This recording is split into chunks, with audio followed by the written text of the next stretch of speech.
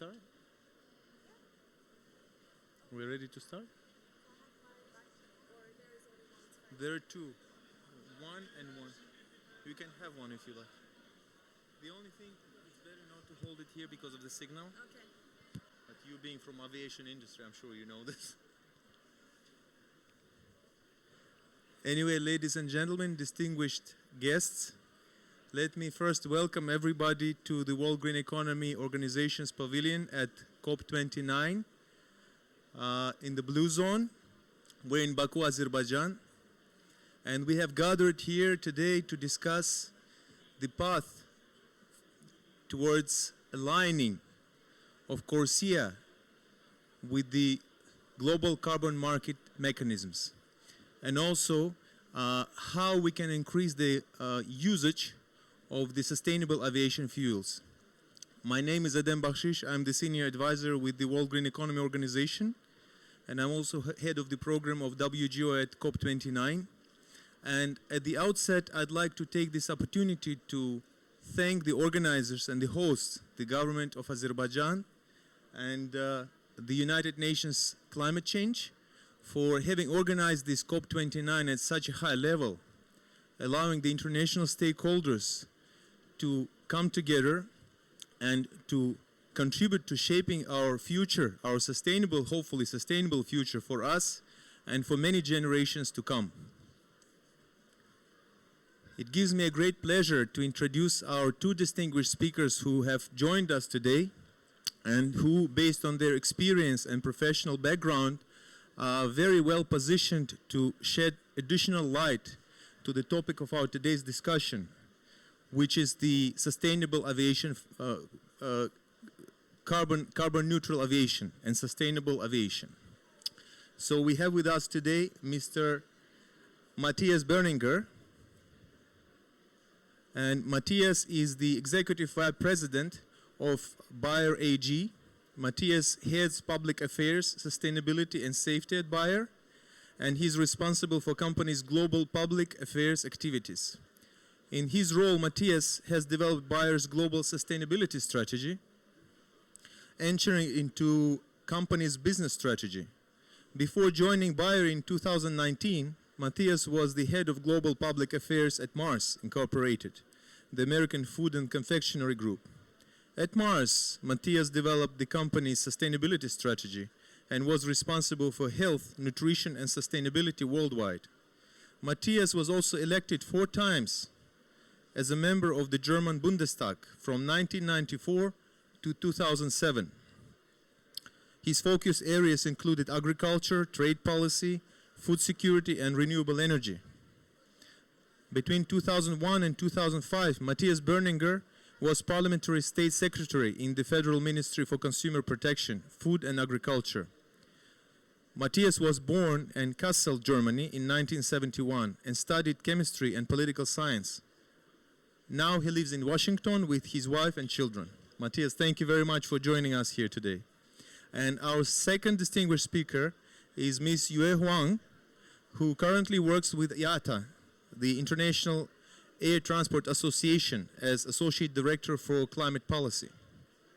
Yue joined IATA in 2017. In IATA, she is mainly responsible for aviation environmental policies, identifying policy trends, setting priorities, and developing effective strategies for IATA engagement on environment and sustainability fronts. Yue is heavily involved in international standard setting under the auspices of ICAO and UNFCCC. Yue also provides capacity building to the airlines, eventually to help the companies achieve compliance under different regulatory regimes. In addition, Yue engages in advocacy campaigns for galvanizing support and removing barriers to commercialization of sustainable aviation fuels. We will speak a lot about it today, SAF. Before joining IATA, Yue worked with Legal Department of Civil Aviation Administration of China and environmental team of US State Department, Mission China. Yue holds 2 Masters of Laws degrees, one from University of Glasgow and in the United Kingdom and one from McGill University in Canada. She is a PhD candidate with Leiden University in the Netherlands. Yue is a lawyer qualified of participating and practicing law in China.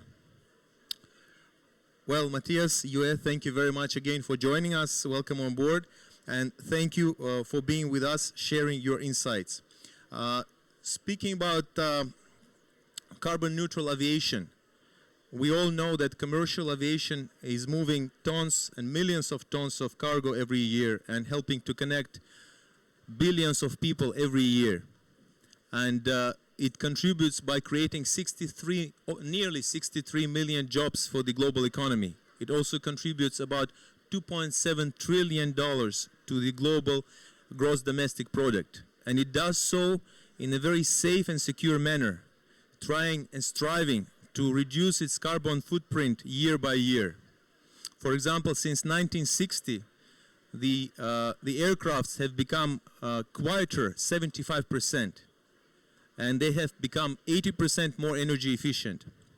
At the same time, as statistics show, the share of the global emissions of aviation industry in the global emissions reaches about 2.5%. This is both for global and domestic aviation, with the domestic aviation having a share of about 35% and the international aviation having a share of 65% of that figure, contributing to 1.6% of the global emissions.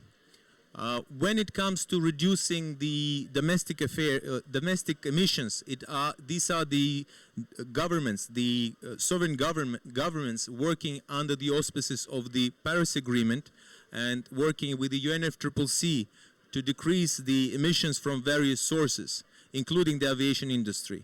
However, when it comes to international aviation, it is the ICAO, the International Civil Aviation Organization, that is responsible for reducing emissions. And it does so very efficiently and systematically, including the CORSIA that we mentioned, the carbon offset and reduction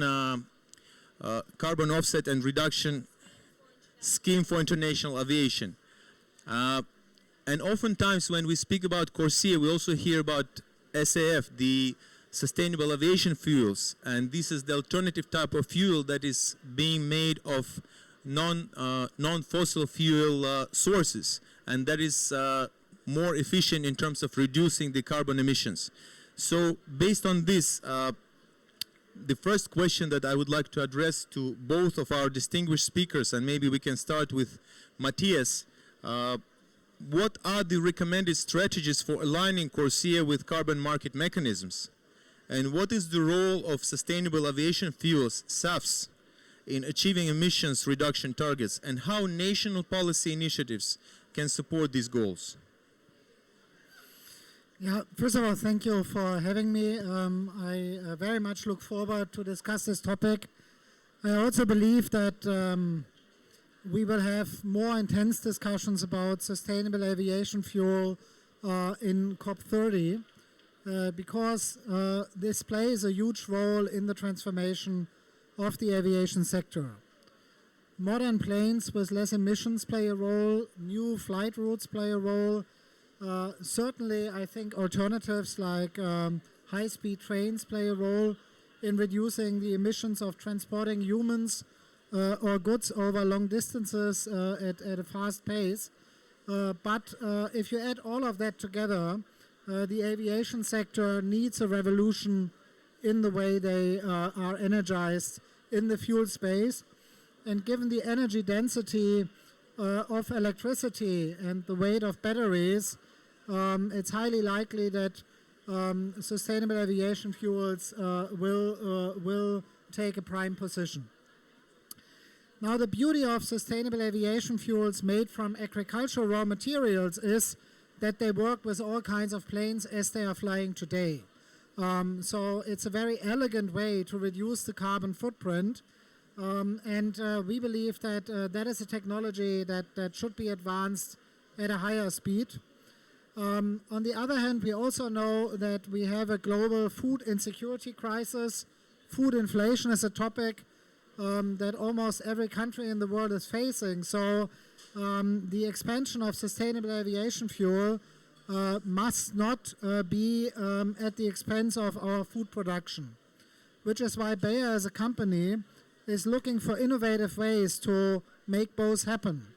And the way we look at that is that we need a mix of established crops that are already out there and completely new crops that will help us to go down the road. And we can talk more about in detail, but one of the things we are very excited about is we have completely, from the ground up, transformed a wheat that you would normally address through plowing or with herbicides because it's an annoyance and nuisance for farmers, into an energy crop. And that energy crop grows when nothing else grows on the land, when the land is fallow.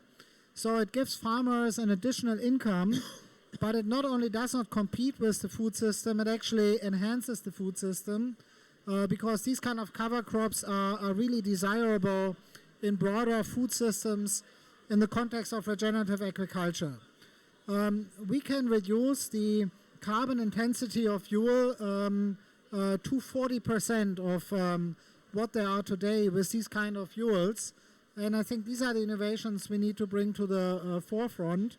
As a company with a $2.5 billion R&D budget in the agricultural space, by far the largest in the world, we are very committed to do our part because we believe that growers around the world can really secure and unleash an additional income stream if we find a sustainable way to bring more plant-generated energy into the wings of planes.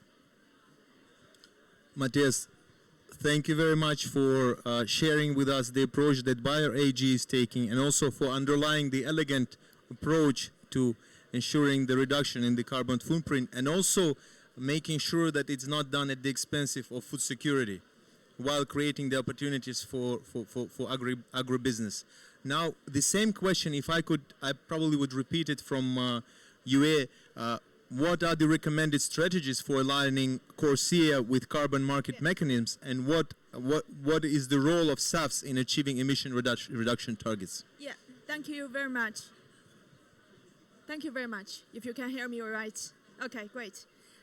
Yeah, so I guess my co-panel member here already introduced a lot on SAF, so I guess I'll provide more inputs on the CORSIA front, especially what's interaction between CORSIA and general carbon market, and then more general as well, what CORSIA's interplay ICAO here with UNFCCC. So CORSIA being the first global market-based mechanism for international aviation, and which has been concluded in 2016. And from this year onwards, airlines will have actual compliance obligation under CORSIA. And if we look at this absolute volume of emission mitigation, we airlines will need to comply under this scheme from 2024 to 2026. That's 100 million tons of CO2 of emission mitigation we're looking at. Next question is, so what type of credits we're talking about? Because we just heard from Matthias as well, in general, public perception of the credits are kind of suspicious, or if we have a secure mechanism to guarantee its environment integrity. So I want to share with you a little bit. Actually, the CORSIA eligible emission units are all approved by ICAO. So ICAO has set up all those robust environment integrity standards to ensure all those credits that can make as CORSIA eligible emission units have strong enough additionality, have full standards of permanence, and then can generate as well all those real and genuine emission reductions. So that's the safety guarantee part or integrity guarantee part of CORSIA emission units. So just now we're talking about the volume, 100 million tons, and with all those safeguarding criteria.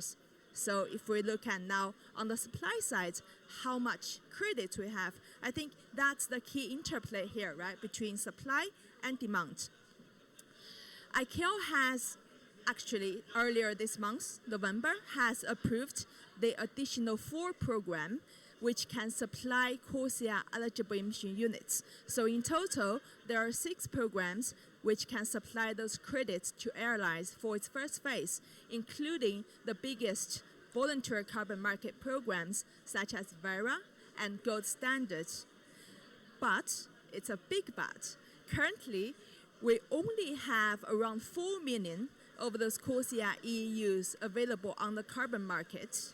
And there is a substantial gap if you're looking at the supply side, 4 million, and the demand side, 100 million. We have a big gap. And the reason is that the host countries of those projects has not actually done what's so-called the corresponding adjustment, meaning those host countries will need to deduct those emission units used by airlines for CORSIA compliance from their NDCs. So to make sure there is no double claiming. But because the negotiations of Article 6 Paris Agreement has not been fully ramped up, so a lot of host countries are very much hesitant to issue the letter of authorization. So meaning to airlines, apart from we have those demand, but we do not have the supply, apart from the fact ICAO has approved 6 programs, those supply are still stay on the paper without the letter of authorization. So one reason IATA being here at this COP is to be very much vocal to the host countries here, the negotiators, especially in the Article 6 negotiation room, to say, we have this demand, please fasten up and sign off those credits for us to use. So if I may, as well, to mention a little bit, apart from this kind of gap, actually with the Article 6 rules as it is of today, states can sign off those credits. The available amount of 4 million we see is from Guyana program of Art3 credits. So Guyana actually has done both meet the ICAO standards and issue the letter of authorization. So I guess a strong message here is with the current status quo of Article 6, states can start to issue those credits with the existing demand already we have. So that's, I think, the first part. A second part, if I may briefly, and CORSIA as a scheme, right, do recognize the emission reduction of SAF. So under CORSIA, airlines have 2 streams, like they can meet their obligation. First stream we mentioned to purchase those CORSIA eligible units. And the second is, if I'm an airline, I deploy this SAF, and all those emission reduction benefit of SAF can be calculated in your CORSIA compliance and deducted from your final offsetting requirement. So I guess that's an international regime recognize SAF's benefit and will certainly provide more incentivize to both the suppliers of SAF and the end user of SAF to fasten up and to scale up its deployment. Yeah, I'll leave my first comment here and then happy to continue the discussion as we move on. Okay, yeah, many thanks. Maybe for the sake of our audience, well, first of all, many thanks for establishing this link between CORSIA and global carbon market mechanisms and mentioning the gap that exists between, on one side, you only have 4 million available at the moment and 100 million potentially required. The question would probably be, what is it that IATA and most likely ICAO are planning in terms of the practical steps in order to facilitate, in order to incentivize the governments, the host governments, to maybe complement what IATA is doing, to reciprocate to what IATA is doing with the letters of authorization, maybe capacity development, maybe some other measures. Could you develop a little bit on this? Yeah, absolutely. Thanks. So as a first step, we think both IATA and ICAO has very important role to play to fasten up this process, and we do actually take some practical steps already. The first step is to actually identify why the host countries delay in all those process. I think we briefly touched upon that point already. On one hand, the state is like we're still waiting for Article 6 to be fully ramped up. And on the other end, states themselves has choices, options as well, right? While this compliance obligation on airline side is mandatory, but states with the letter of authorization, states can choose either to engage with other states to do those transfer of ETMOs. And states can also choose to transfer those ETMOs to airlines. So some states are still in the stock-taking phase of their NDCs and trying to see what's the best strategy for them. So now move on to what kind of effort we're doing with ICAO is on ICAO side, ICAO being very vocal in its council sessions, in all those communications with its 193 member states to raise their awareness and to say, to help airlines comply with CORSIA, we need you to do something. Some states does not have that awareness, so that's already very helpful. And from IATA end, a strong message we send to the host countries is, first of all, with the current status quo of Article 6, it is durable. And secondly, to fast up this process, in this COP, we have prepared a guidance document of implementation of Article 6, actually to walk states step by step. If you're going to sign off the credits for CORSIA use, what kind of steps you need to follow. As well, we prepared a template of LA for those states' reference, and those being actually sense-checked and endorsed by 95 member states via the Article 6 implementation partnership, and also IATA, whose primary members are carbon market brokers, project developers, and exchanges. So I guess with that joint effort, we'll be jointly fastening up this process. Thank you very much. I hope, and we all hope, that in spite of the voluntary character of this action on the side of the national governments, that would be something that will be happening very soon. Yeah. Thank you. Going back to Matthias and your point that you made about how Bayer AG is contributing to this process with the SAFs and also caring about the food security on one side and creating the income generation opportunities for agribusiness. My question would be, just linking to what you said, what are from your point of view as the representative of Bayer AG, what are the latest technological advancements that can reduce emissions, and how can these be scaled up globally, importantly? How we can have the advancements, and then what are the actions that we take to scale them up globally? And the second part of the question is that what does the SAF, the Sustainable Aviation Fuels, play in CORSIA's emission reduction targets? And what are the key challenges in achieving the widespread dissemination of the SAF practice? Yeah, generally when you look under the hood of what's happening at the moment in agricultural innovation, you need to take into account that in the last 5 years, we see a revolutionary change at the intersection of artificial intelligence, biology, and chemistry. Some of you may have heard that the Nobel Prize for Chemistry has been awarded to a bunch of people, including the scientists at DeepMind for their solution and resolution of the protein folding problem. If you think about it, this is like emblematic of what's going on. So we are able now to, in a very fast pace, turn crops that nobody has heard of before into actual crash crops. So pennycress is one example of a wheat that suddenly becomes an oilseed. The same is true for many other highly energy-dense crops. So a lot is possible, and our researchers stand ready to make that happen. The challenge we are having is that we need clear market signals. And given the cost difference between those plant-based fuels versus the fossil-based fuels, it's often difficult for growers to invest into these technologies. We can overcome that through innovative partnerships. In the case of covercress, we created a joint venture with Bunge, who is basically an off-taker, and then ultimately Chevron, who guarantees to use all the energy-dense oils that derive from this process. So we have to create these value chains. We have to innovate in a creative way. I also think we need to agree on what we want in the sustainable aviation fuel space by way of agreeing on the right standard. Currently, we have too much global divergence when it comes to standards. I would believe putting no standard in is a mistake because the food system and food security will suffer.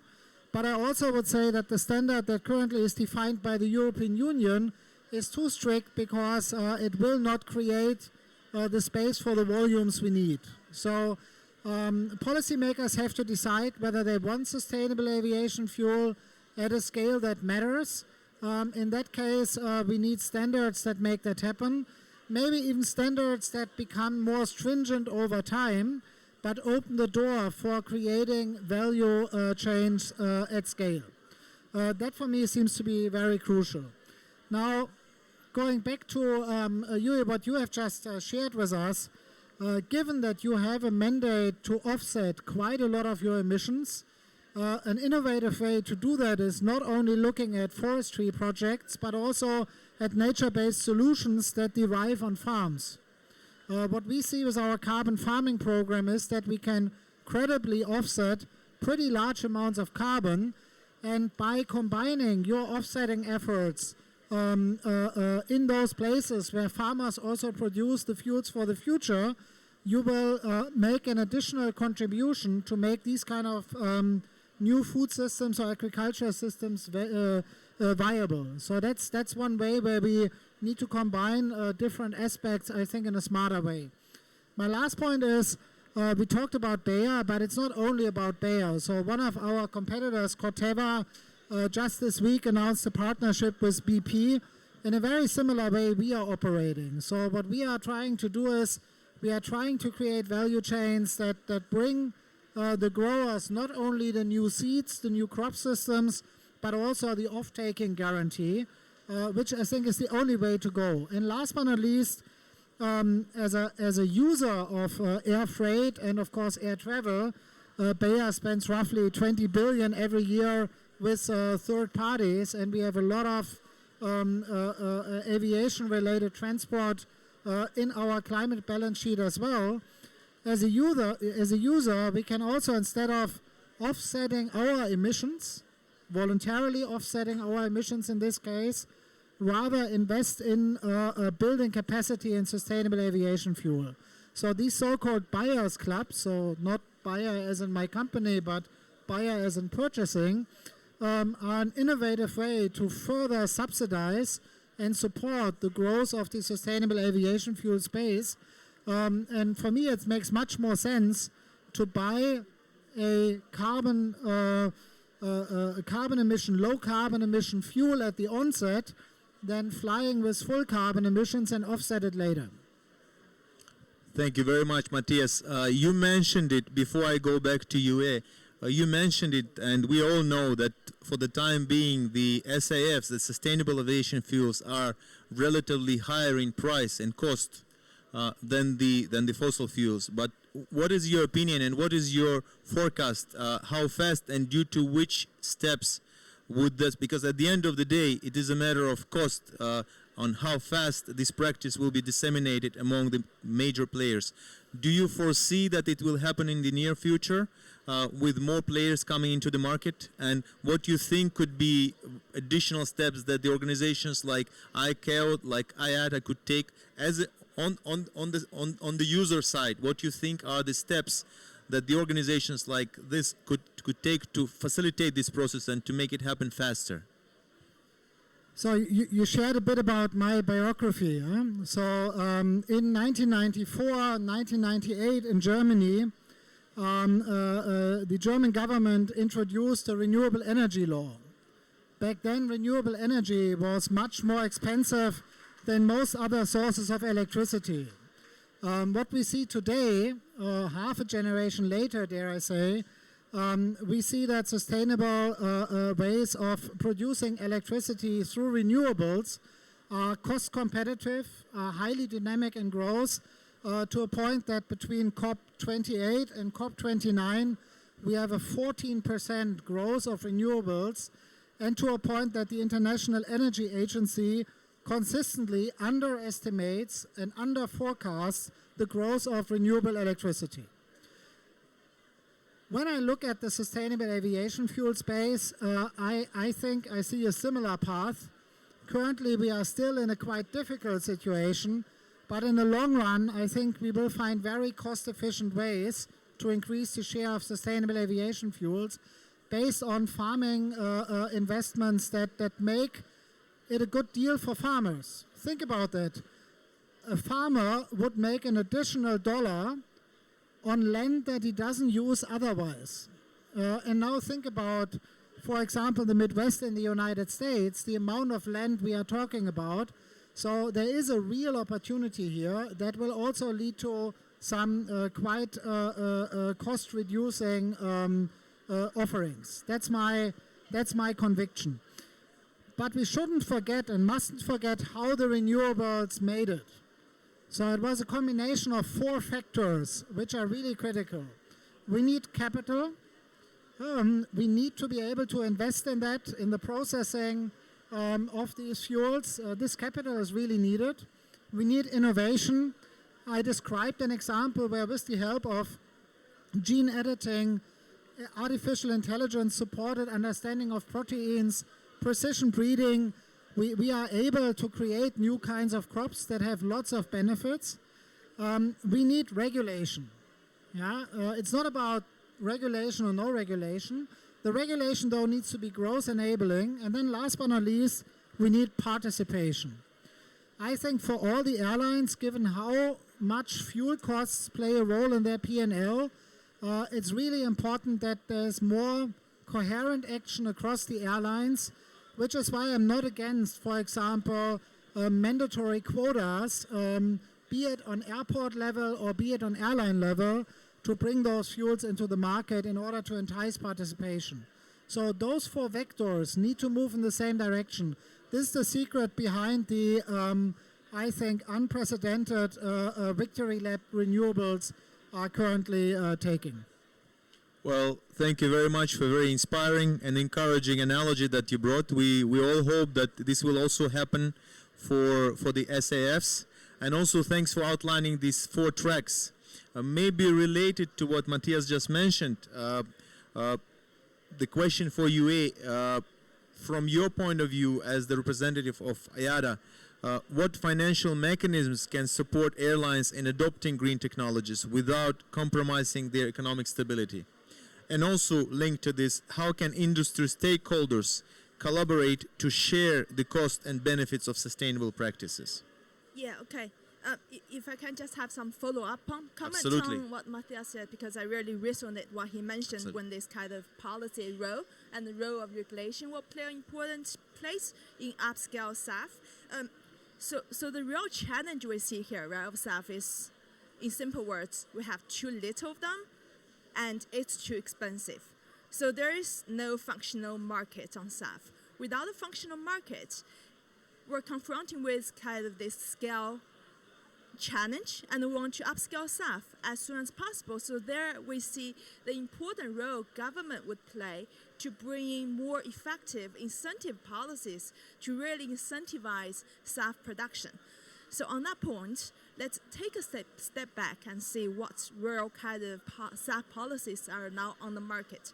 At an early stage, we see a very kind of straightforward approach. On the European side, it's more the stick approach, by introducing a SAF mandate. And on the other side of Atlantic, we see in the United States, it's more incentivized measures. For example, the most recent ones we see is in the IRA, Inflation Reduction Act, whereby those tax credits are provided to the SAF blenders and SAF producers.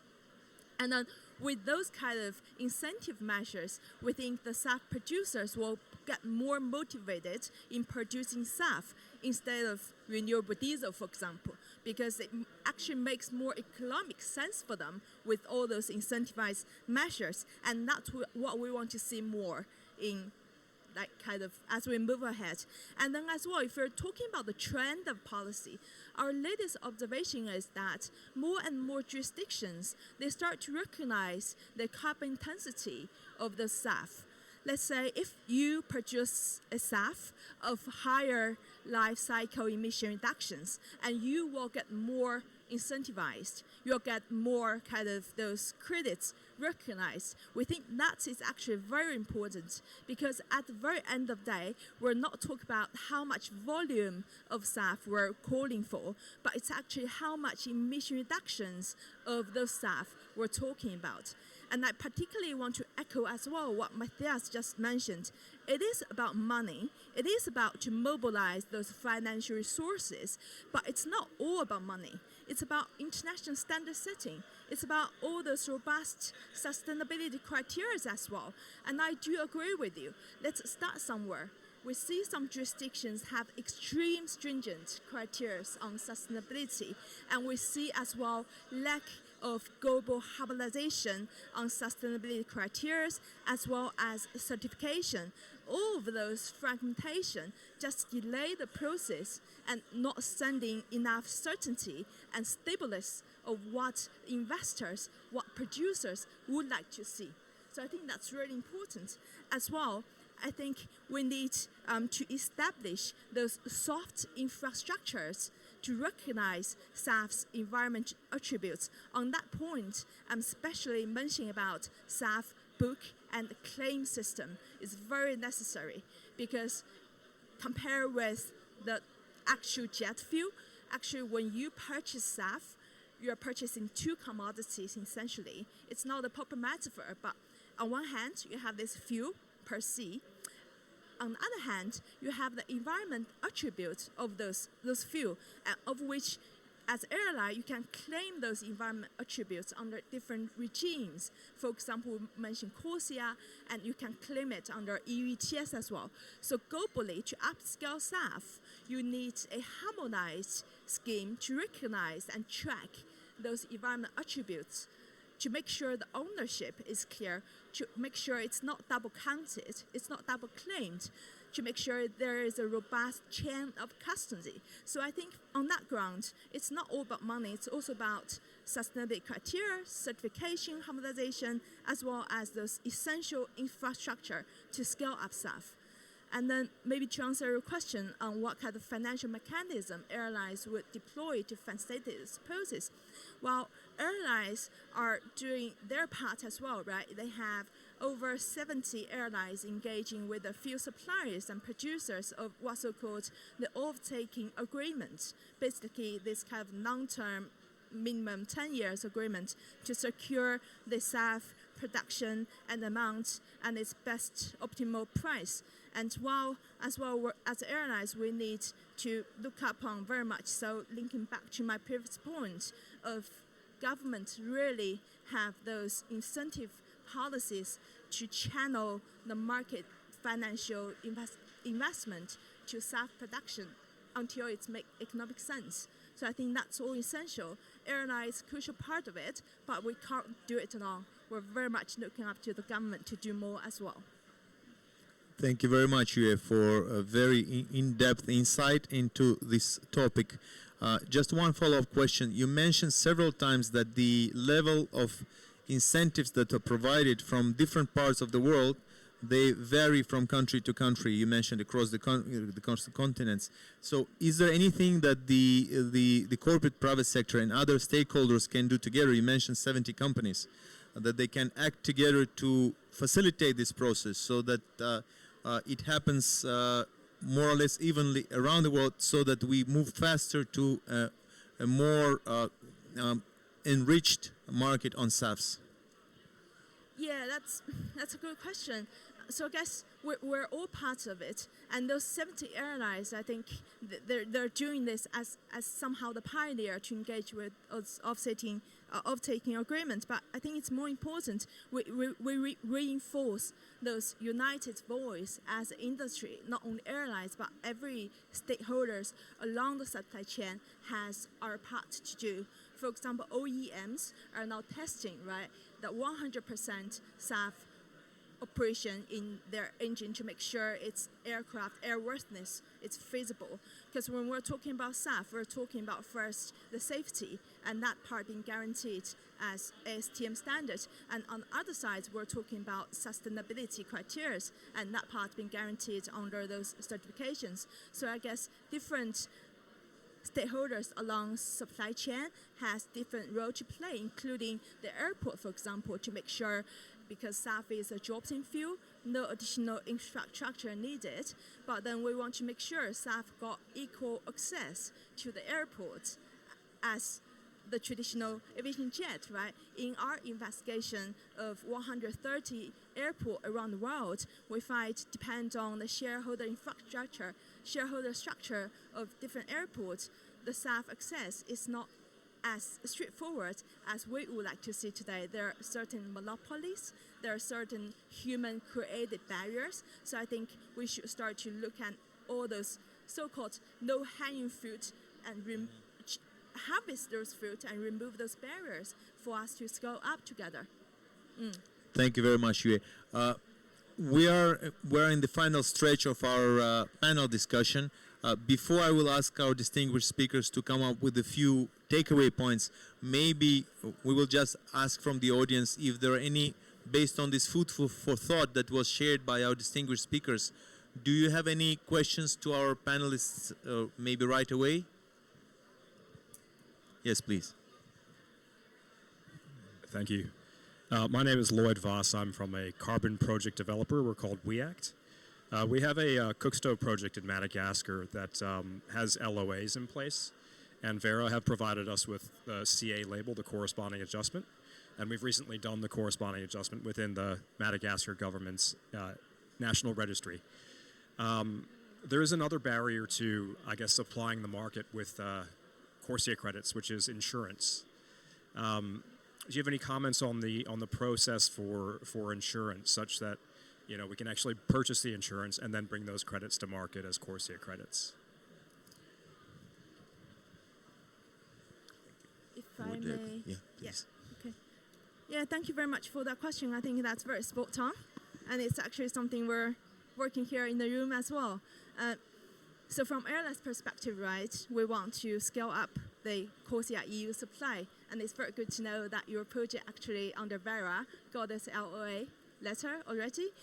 But then I guess on the other end, what we're looking for is to minimize the premium that will be added to the unit itself, and the insurance will constitute some portion of that premium. And I guess the insurance question is also very much close to what happened there in the Article 6.2 negotiation on this revocation, because that's essentially what this insurance is safeguarding against. So from our point of view, it's very kind of market-oriented decision.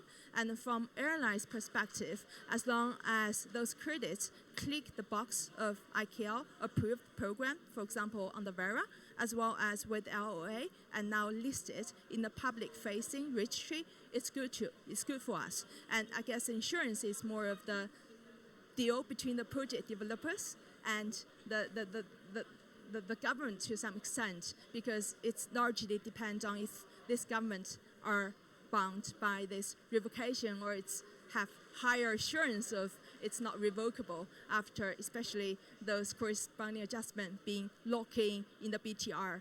So I don't know if in that case how kind of confident you have in state of Madagascar, like after they issue this, yeah, exactly, and to see how, yeah, hopefully that provides you some, thanks a lot. Yeah. Thank you very much. Any more questions from the audience?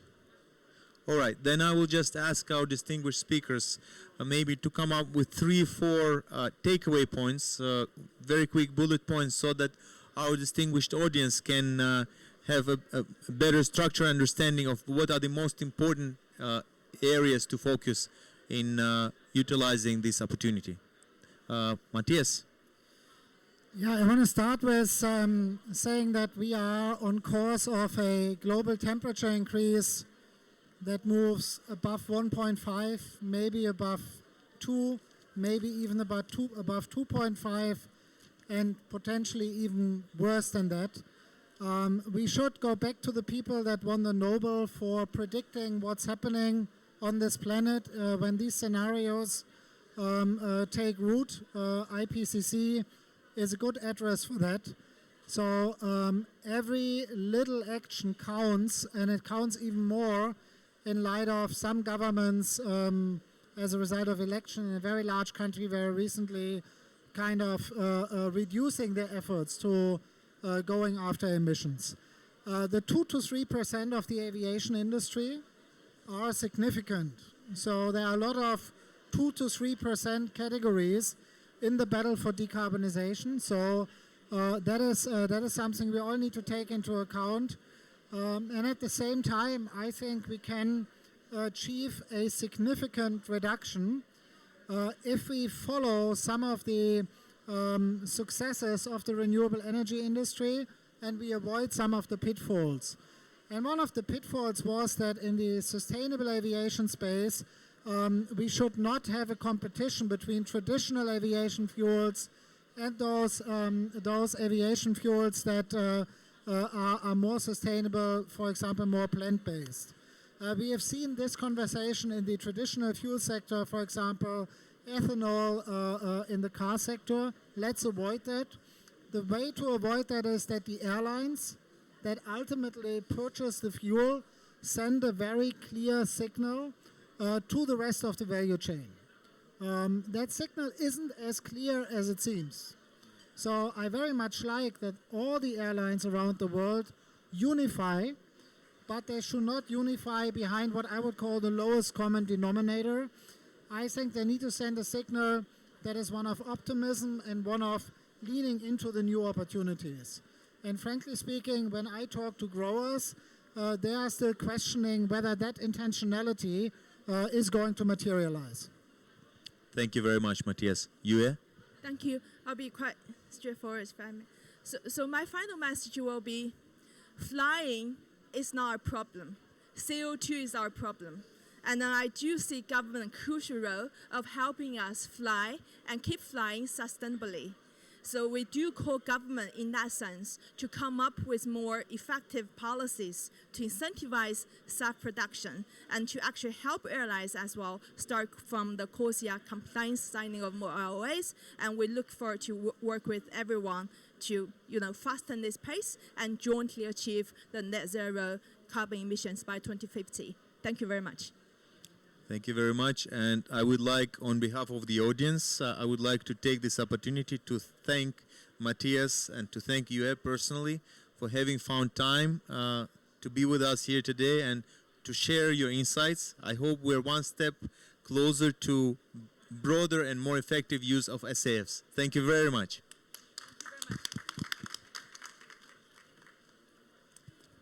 Thank you. I do enjoy the introduction. Very nice. Thank Thank you very much, Matthias. Thank you, Matthias. Would you like to have a quick photo?